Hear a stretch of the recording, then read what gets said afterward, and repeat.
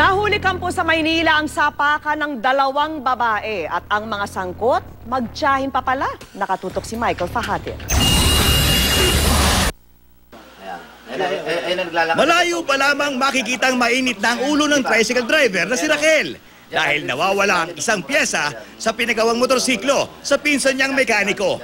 Pero ang nakaharap nito at napagbunto na ng galit ay ang ina ng pinsan. Ang sarili niyang tiyahin at pareho silang palaban.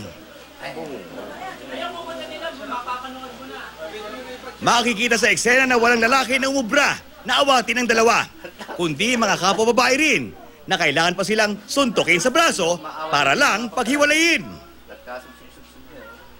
Dalawang hearing na sa barangay ang nabigo upang sila ipagkasundo. Pero kanina, sa tulong din ng mga residente, pinagpatakan ng halaga ng nawawalang pyesa sa pag-asang magbabati na sila. Magkakasundo ba kayo sa bibigay naming tulong? Minasya na nga ako, ano pag gagawin ko sa sariling ko? Kamag-anak niya ako, dapat galangin niya ako, hindi niya ako ginalang. Pag nai-release mo yung galit mo, masaya ka na. Ganun po yun. Lalaya ka, no? Masarap nagpapatawad. Humihingi ako ng sorry. Kung ayaw mo tanggapin, nasa sayo na yun. Sa Maynila'y bato, matutunaw din ng yelo. Pag sila'y naggagag at nagkiski. Michael Fahatin, nakatutok, 24 oras.